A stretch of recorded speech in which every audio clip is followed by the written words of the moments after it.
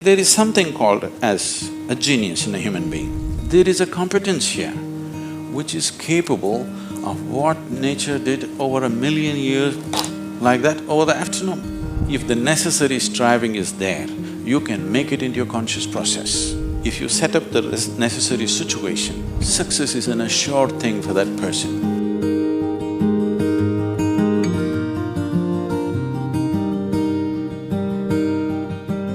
Small things or big things, it doesn't matter. In every single act, a human being longs to be successful. Life is an infinite number of doorways. If you're very diligent, you will open a few of them. If you're brilliant, you will open many of them. But if you're truly vibrant, then they will open for you. The process of being successful becomes so complex for people that why they're working towards it is generally completely forgotten, and they will start evolving concepts of success, all kinds of concepts. What is being successful? I would like to… can I tell you a joke? You're looking so serious.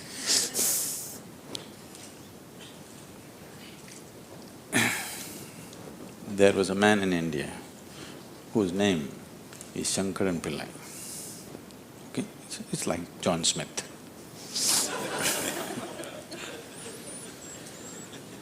His son came to United States. Obviously, an Indian young man means he's a software engineer.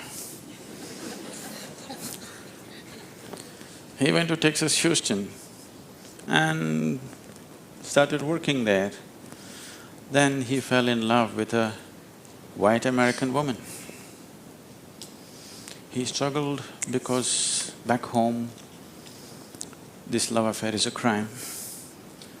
He struggled and struggled, then one day told his mother, then the mother informed the father, and the father exploded. He went back home to convince him, didn't work, because in India, if you have to get married, they're tracing your family tree for 5,000 years. They're looking at the genetic purity of the person that you're marrying. So somebody from somewhere else, a white woman from America, how can you marry her? What do we know about her genetics? Where does she come from? What is her lineage? Da, da, da. So no way to convince, he came back. And of course, when he came back again, he fell in love and they went ahead. Then the father disowned. Shankaran Pillai just disowned his son, I have nothing to do with you. But years went by and they had a boy. And the boy's picture from the day he was born, it was on the Facebook, and the wife sticks it in his face, and the little baby, and it is growing up every day and all the things. Slowly, you have disowned the son, but the grandson is a different matter. Slowly, within a matter of 1-2 years, he completely fell in love with this little baby that he has not seen. Things happened and people started coming from America, those who were traveling. Oh, you must see your grandson. You not seen him? Oh, you must see him, this is the fruit of your life. Slowly it caught him. Then he decided he's not going to see his son's face. He'll come to America and only see the grandson's face. And of course he's not going to look at that white woman. Then he came to America and a 7-year-old boy, full of energy, they're living on a small ranch, he's all over the place doing all kinds of things. He completely got washed away by this little fellow. Then this little boy one day said, "Grandpa, come, I'll show you my archery skills." He took him to the barn inside and he went into the barn and there he saw 8 targets, all of them with the arrow in the bullseye.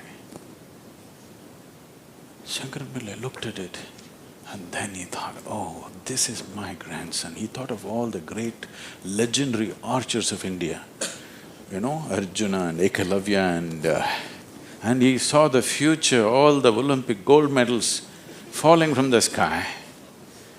Then he asked, "From what distance did you shoot?" The boy said, "From 20 yards. What? From 20 yards, 8 targets, you shot them dead on, bullseye? How do you do this?" Then the boy said, "Grandpa, I first shoot and then paint the target." So, these concepts about being successful can be very crippling. And I've continuously been with people, they've reached a certain point of success and their concepts of success are not fitting, their life is not fitting into their concept of success and it's breaking it and they think something is going wrong. It is not going wrong, they're just getting better, situations are pushing them on, but their concept is breaking up, so they're suffering their success. You will see any number of people going through these kind of things. When we talk about success, I'm sure all of you must be already having plans as to how to unfold this success in your life. Made your plans. Plan is good. But plans again can get caught up in things because you plan from what you know today. Nobody can plan from something that you do not know. Your plan means it is an exaggeration of today as a tomorrow. Right now you're here at a certain level, now you think, my plan means this must be 10 times more in this many years or whatever, or 100 times or 1,000,000 times or whatever. But plan is just essentially an exaggeration of what is today. Maybe there is a certain logic to it, maybe there is a certain understanding of the logistic attached to it, but essentially it's an exaggeration of today. That means in many ways it's ruled out whatever other possibilities which are not yet in your experience. In Pennsylvania, you heard of the Pennsylvania floods? Pennsylvania has floods, you know. It once happened, a big flood came and water started rising in a small town and it rose up to the houses getting submerged. So 2 young boys got onto the roof of their house and they were sitting there. And then they saw a hat going up and down in front of the house. One of the boys asked, "What is that? Why is that hat going up and down?" So the other boy said, "Don't worry, it's my dad. Yesterday night he got into a fight with my mom and took a vow, hell or high water, I'm going to mow that lawn."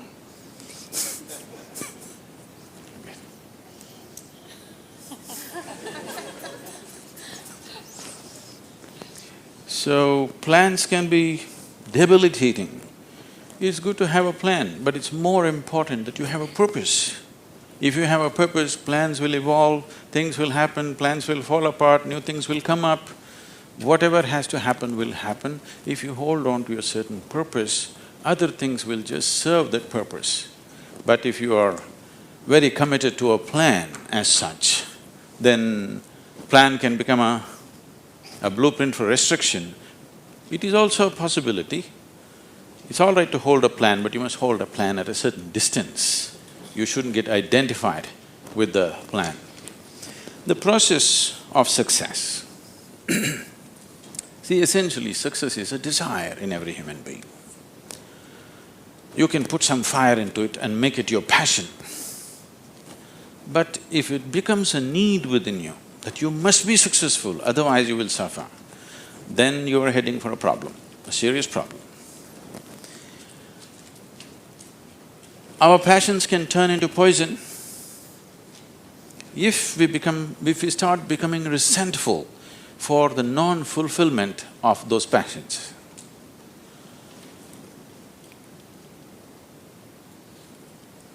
When I say turning into poison, today there's substantial medical and scientific evidence to show that if you become resentful, when you resent something, when you're angry with something, when you're frustrated with something, we can medically today check, we can do a little bit of blood work and show you're actually putting poison into your system. These are poisons that you drink and you hope somebody else will die. Life does not work like that. If you drink poison, you die, and it's fair. It's very fair, isn't it? If you drink poison, you must die. I drink poison, I want him to die. It doesn't work like that. So these emotions always take away the fundamental ability. See, there is something called as a genius in a human being. Every human being has it, every human being touches it at some moment of life. But the question is, how often do you touch it? That's a question. You sparked once in your lifetime, that's not good enough. You must be sparking all the time, isn't it? What is genius? There are many ways to look at it. One simplest way to look at it is, when we say intelligence, we are always thinking logical thought. No, logical thought will be meaningless probably in another 25 years, because your computer may be able to explore all the permutations and combinations of logical thought much quicker and better than you can do. So touching the genius means there's another dimension of intelligence within you. What did you have for breakfast? Chicken in salad. See, he ate a chicken. Over the afternoon, this chicken has transformed itself into a human being.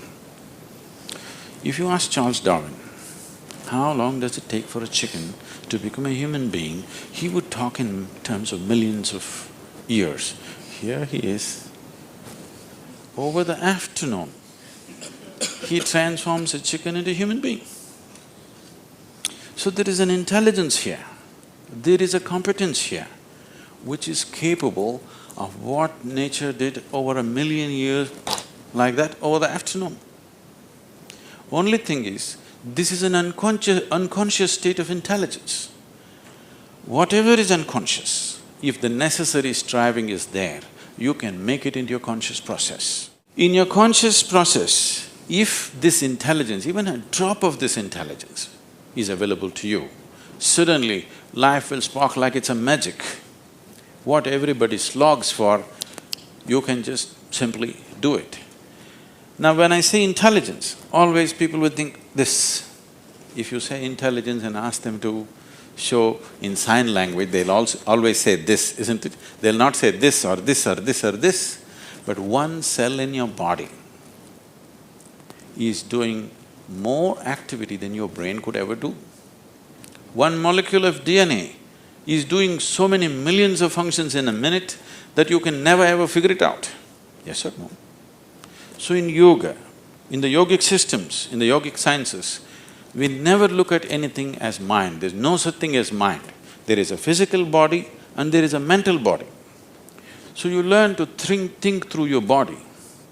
You know, it's a short session, it's not an area that we should enter right now, but I have to tell you this. There are many things personally that I do at the same time. Now people come and tell me, just now I'm entering the session, somebody comes and tells me, Sadhguru, these building plans have to happen, because we do everything ourselves.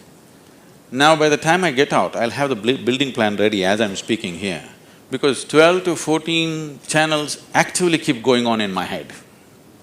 It is not just in the head, you learn to think through your body. Learning to think through your body will never give you a headache, that's the best part of it. Now, all these responsibilities and 1,000 things happening at the same time, won't you get stressed? There is no such thing, because you use a deeper dimension of yourself and everybody is capable of this and everybody has it. You may not have the same level of intellect as somebody else has. That is always subject to person. But all of you eat, if you eat a carrot, you can digest it. That means you have another dimension of intelligence. Yes? If you set up the necessary situation that everything that's there within the system is available for you, success is an assured thing for that person.